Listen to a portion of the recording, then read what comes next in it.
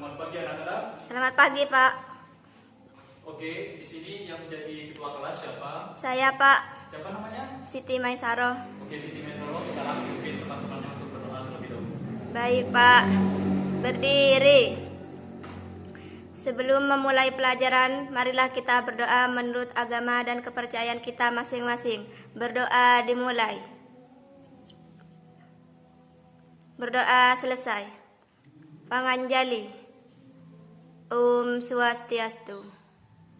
Oke, bagaimana kemarin kalian hari ini? Baik, Pak. Nah, sebelum itu, di sini perkenalkan nama Bapak adalah Bapak Rocky Alexandro. Kalian bisa panggil Bapak Rocky. Jelas, pada kesempatan kali ini Bapak mengajar mata pelajaran sosiologi di kelas 10. Nah, sebelum itu, Bapak akan terlebih dahulu mengabsen untuk memeriksa kehadiran teman-teman kalian. Apakah ada yang izin, sakit, ataupun tidak masuk tanpa keterangan. Yang pertama, Siti Maisaro. Ada, Pak. Arista Luciana. Ada, Pak. Iko Mangrukawan Subayana. Sakit. Diana Pungki. Sakit. Kita Anggi Lestiana. Ada, Pak. Oh, yang sakit 2, berarti yang masuk 3. Iya, Pak. Oke. Nah, biasakan jika kalian tidak hadir dalam pembelajaran hari ini, biasakan kalian harus izin terlebih dahulu kepada pengampu mata pelajaran atau ke guru yang bersangkutan. Baik itu langsung ke ketua kelas ataupun ke langsung guru yang bersangkutan. Berarti, nah, hari ini Bapak akan menunjukkan gambar yang berhubungan dengan materi yang akan Bapak sampaikan pada hari ini.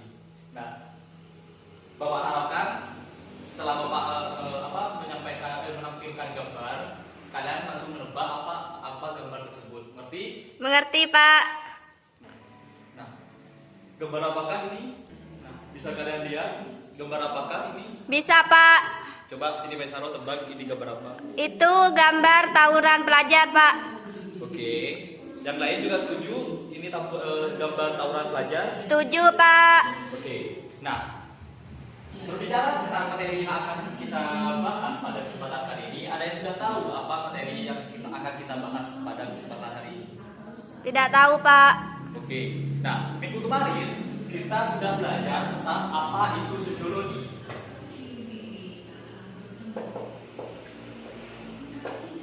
Ada yang ingat minggu kemarin apa itu sosiologi? Saya, Pak. Ya, Siti Maisaro apa? Sosiologi itu ilmu yang mempelajari tentang masyarakat. Oke. Ilmu tentang Masyarakat. Nah, yang kedua, apa itu sosiologi? Lupa, Pak. Oke. Nah, kemarin kita juga sudah menjelaskan bahwa sosiologi itu selain ilmu tentang mempelajari tentang masyarakat, sosiologi itu juga mempelajari tentang struktur yang ada di dalam masyarakat.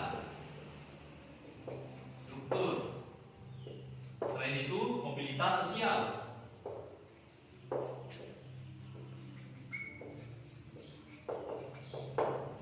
Apa lagi? Ada yang ingat?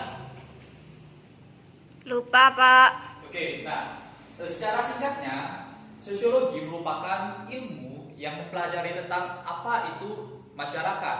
Jadi, segala hubungan yang ada di masyarakat itu merupakan objek dari kajian sosiologi. Tidak terlepas dari materi yang akan kita sampaikan pada hari ini, yaitu tentang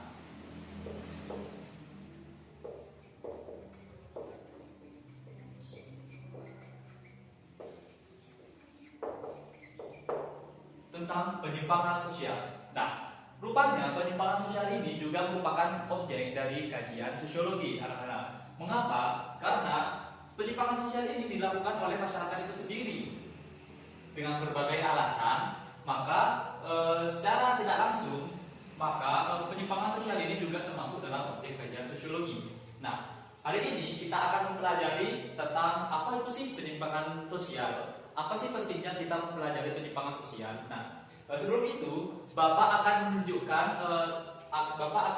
menyebutkan tujuan kita mempelajari penyimpangan sosial pada hari ini, anak-anak. Yang pertama yaitu untuk mengetahui apa itu penyimpangan sosial itu sendiri. Yang kedua, mengetahui bentuk-bentuk penyimpangan sosial. karena penyimpangan sosial ini sendiri mempunyai ragam jenis dan ragam bentuk yang ada di dalam masyarakat.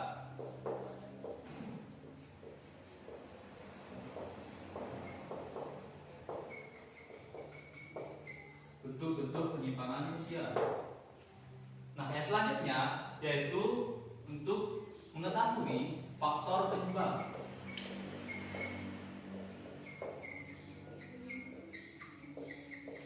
Terjadinya penyimpangan sosial.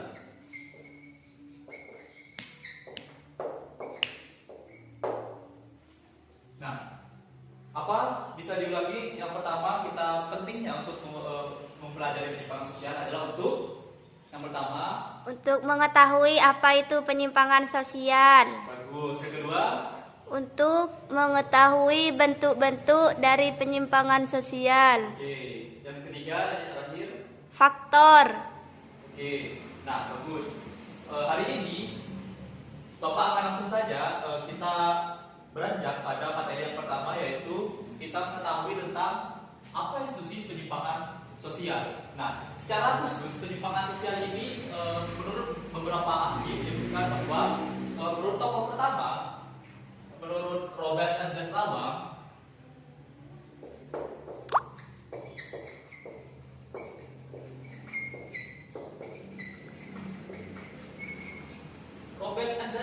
menyebutkan bahwa penyimpangan sosial ini merupakan tindakan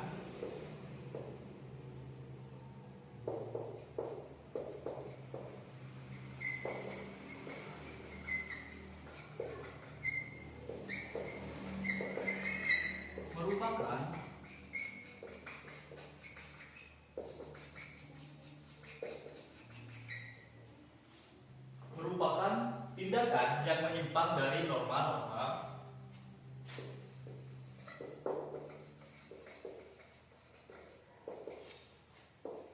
yang berlaku di dalam masyarakat.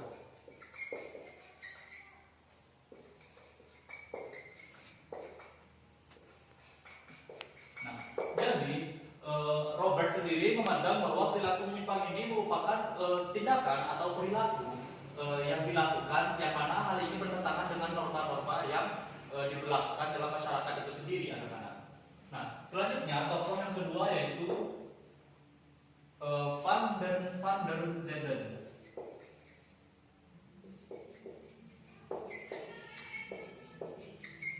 Van der Zenden. Nah, di mana Van der Zenden ini sendiri menyebutkan bahwa perilaku menyimpang ini merupakan perilaku yang oleh sejumlah besar orang, perilaku yang dilakukan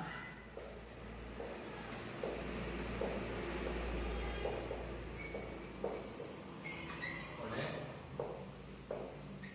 sejumlah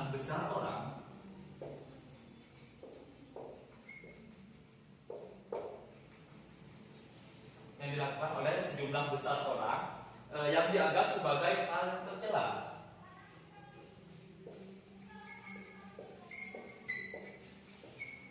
Sebagai hal yang tercela.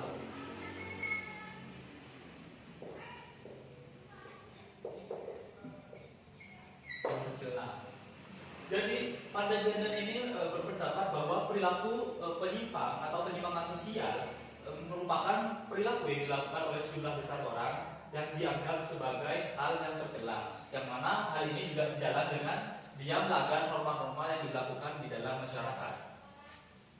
Dan yang terakhir yaitu menurut Bruce J. Cohen,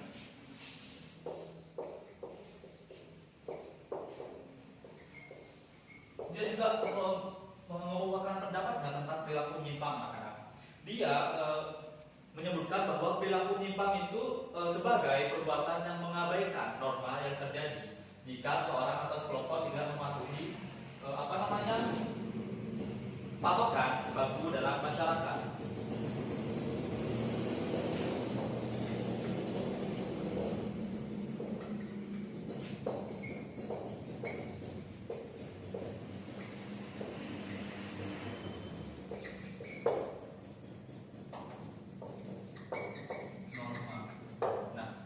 Dari pengertian pengertian ketiga tokoh besar ini dapat kita simpulkan bahwa penyimpangan sosial sendiri secara jelas merupakan sebuah tindakan atau perilaku yang dilakukan oleh seseorang yang mana hal tersebut menyimpang dari norma-norma yang berlaku di dalam masyarakat. Nah, dari pengertian ini dapat kita anggap bahwa sesuatu perilaku yang menyimpang itu merupakan suatu perbuatan yang tercela anak-anak. Mengapa? Karena jelas dari pengertian di atas dapat kita dari pengertian para tokoh ini jelas sesuatu tindakan yang sudah melanggar norma atau hal-hal yang sudah disepakati di dalam masyarakat itu jelas merupakan suatu perilaku yang menyimpang. Makanya perilaku menyimpang ini menjadi objek dari kajian sosiologi anak-anak. Nah, dari sampai di sini apa yang ada yang ditanyakan dari pengertian perilaku menyimpang? Nah, sampai di sini ada yang ingin ditanyakan terkait definisi dari penyimpangan sosial? Belum, Pak. Sudah mengerti semua? Sudah. Oke. Nah, selanjutnya Bapak akan beranjak kepada bentuk-bentuk perilaku menyimpang. Yuk. Oke, anak-anak. Nah, selanjutnya yaitu bentuk-bentuk perilaku menyimpang. Nah, bentuk-bentuk perilaku menyimpang ini dibagi menjadi 3 berdasarkan hal yang mendasar. Ada yang pertama berdasarkan pelakunya, yang kedua berdasarkan sifatnya, dan yang ketiga berdasarkan pendapat dari tokoh yang paling terkenal yaitu Lemmer. Nah, langsung saja kita beranjak pada bentuk-bentuk berdasarkan pelakunya.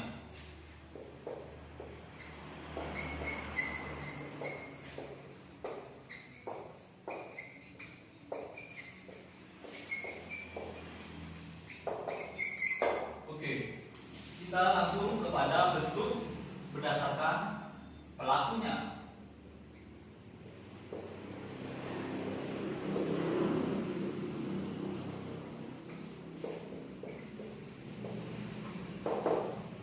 Nah, bentuk berdasarkan pelakunya ini juga terbagi menjadi 2 anak-anak. Di mana bentuk penyimpangan sosial berdasarkan pelaku ini yang pertama yaitu adanya penyimpangan yang bersifat individu.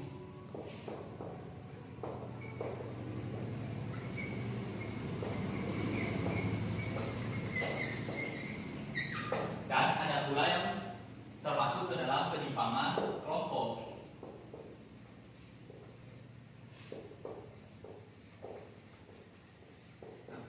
Apa sih yang dimaksud penyimpangan individu? Jelas dari namanya saja penyimpangan individu ini merupakan penyimpangan yang dilakukan oleh seseorang dalam lingkup hal yang kecil anak-anak.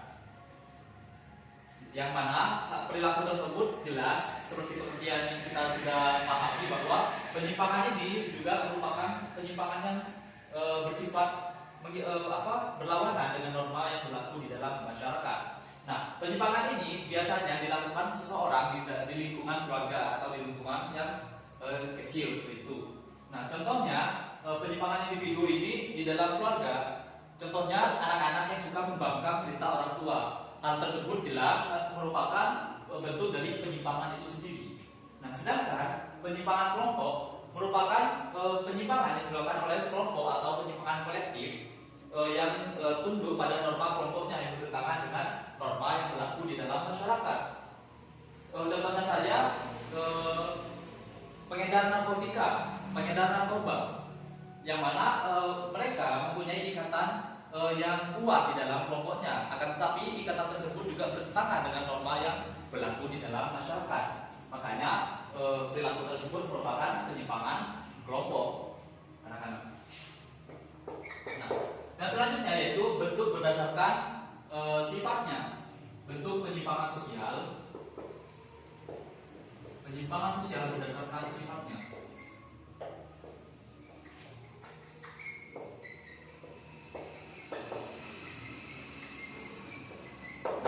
Ada yang tahu bentuk penyimpangan sosial yang bersifat berdasarkan sifatnya? Tidak, Pak. Nah, baiklah jika begitu. Bentuk penyimpangan sosial berdasarkan sifatnya ini juga terbagi menjadi 2 anak-anak. Yang pertama, bentuk penyimpangan sosial yang bersifat positif. penyimpangan sosial bersifat positif.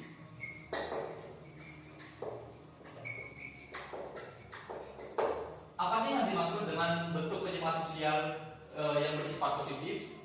Nah, bentuk penyimpangan sosial bersifat positif ini merupakan bentuk penyimpangan ini terarah pada nilai-nilai yang bersifat positif dan tidak melawan norma-norma yang berlaku di dalam masyarakat. Ada yang tahu contohnya seperti apa? Tidak, Pak. Nah, contoh bentuk penyimpangan sosial yang bersifat positif ini seperti hak wanita untuk mendapatkan haknya, yaitu bisa bersaing dengan laki-laki, yang mana di masyarakat hal tersebut dianggap penyimpangan anak-anak. Akan tetapi hal tersebut merupakan sebuah kemajuan di dalam kehidupan bermasyarakat. Mengapa? Karena perempuan sendiri juga bisa memperjuangkan haknya dengan setara dengan laki-laki. Makanya penyimpangan tersebut dikatakan sebuah penyimpangan bersifat positif. Oke, selanjutnya kita akan membahas tentang bentuk penyimpangan sosial bersifat negatif.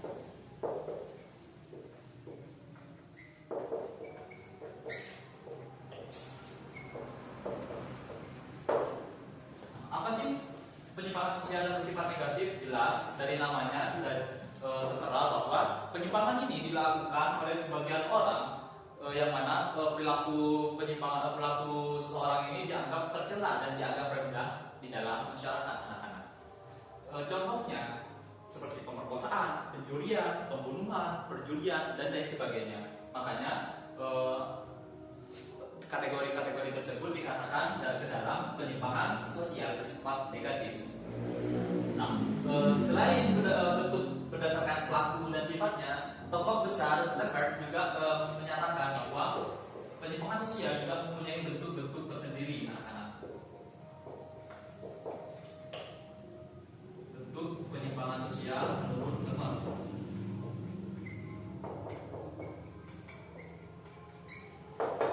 Nah, bentuk penyimpangan sosial ini menurut Lambert sendiri juga terbagi menjadi dua, yang mana diantaranya yaitu penyimpangan sosial primer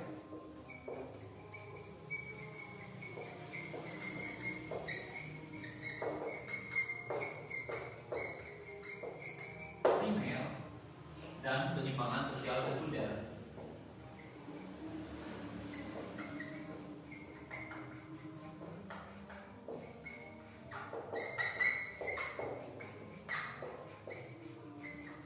Penyimpangan sosial sekunder. Nah, apa sih yang dimaksud dengan penyimpangan sosial primer ini?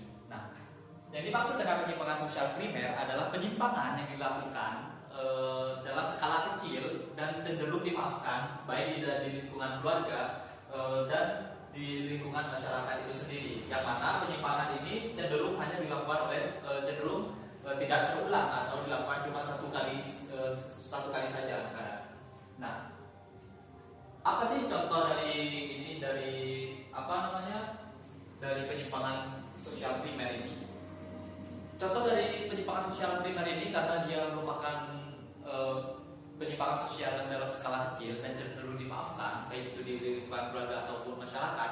Contohnya yaitu ketika kita ditilang oleh polisi karena kita lupa membawa STNK ataupun SIM berkendaraan. Nah, itu juga termasuk dalam penyimpangan sosial primer. Kenapa? Karena dia hanya terjadi satu kali dan tidak terulang-ulang lagi dan cenderung dimaafkan di dalam masyarakat. Nah, beda hanya dengan penyimpangan sosial sekunder, di mana penyimpangan sosial sekunder ini merupakan perbuatan atau perilaku yang dilakukan secara terus-menerus dan cenderung pelakunya tidak jera atau tidak takut untuk melakukan penyimpangan tersebut. Anak-anak contohnya pemabuk-mabukan, pemakaian narkoba dan lain sebagainya. Nah, dari bentuk-bentuk ini, apakah ada yang ditanyakan sebelum Bapak lanjut? Tidak, Pak. Oke. Nah, selanjutnya Bapak akan menjelaskan tentang penyebab mengapa seseorang cenderung melakukan perilaku menyimpang. Nah, seseorang cenderung melakukan perilaku menyimpang karena didukung oleh beberapa faktor, anak-anak. Nah, salah satunya yaitu sikap sikap mental yang tidak sehat. Di mana sikap mental yang tidak sehat ini cenderung mengganggu psikologi bagi seseorang dan mendorong dia untuk melakukan perilaku menyimpang. Yang kedua yaitu seseorang yang tumbuh di dalam keluarga yang broken home atau bercerai, ya itu. Nah, bisa dibayangkan bahwa keluarga merupakan agen sosialisasi pertama. Jika keluarga tidak ada, maka anak tidak akan mendapatkan pendidikan yang optimal anak-anak. Nah, yang selanjutnya yaitu pelampiasan rasa kecewa, di mana ketika seseorang merasa kecewa, dia cenderung dibutakan akalnya anak-anak. Nah, karena itu dia cenderung melakukan perilaku yang menyimpang. Nah, selanjutnya karena dorongan faktor ekonomi. Bayangkan pencopet, penjual narkoba dan lain sebagainya, mereka melakukan hal tersebut karena dia beralasan karena untuk memenuhi faktor ekonomi sehari-hari. Ya. Yang selanjutnya yaitu faktor lingkungan. Nah, di mana faktor lingkungan ini juga berpengaruh penting bagi psikologi seseorang. Selanjutnya proses belajar yang menyimpang. Nah, bisa dibayangkan jika di pendidikan ini, ketika sang anak belajar, ketika dia sangat belajar, dia tidak mendapatkan pelajaran yang optimal. Justru dia mendapatkan sebaliknya, yaitu pembelajaran yang menyimpang anak-anak. Yang selanjutnya yaitu proses kegagalan dalam proses sosialisasi. Seperti yang Bapak jelaskan bahwa ketika sang anak tumbuh dalam keluarga yang tidak utuh atau bercerai, sang anak juga bisa terdampak dari sisi psikologisnya anak-anak. Nah, dari penyebab ini apakah ada yang ingin ditanyakan? Tidak ada, Pak. Baik, dari pengertian tentang penyimpangan sosial sudah paham? Sudah. Dari bentuk-bentuknya sudah paham? Sudah. Oke, dari penyebab? Sudah, Pak. Nah, sebelum Bapak mengakhiri, Bapak meminta kalian untuk meringkas secara singkat tentang apa itu penyimpangan sosial, bentuk-bentuknya, dan faktor penyebab terjadinya perilaku menyimpang pada diri seseorang. Mengerti? Mengerti, Pak. Oke, sampai di sini ada yang ditanyakan lagi? Belum ada, Pak.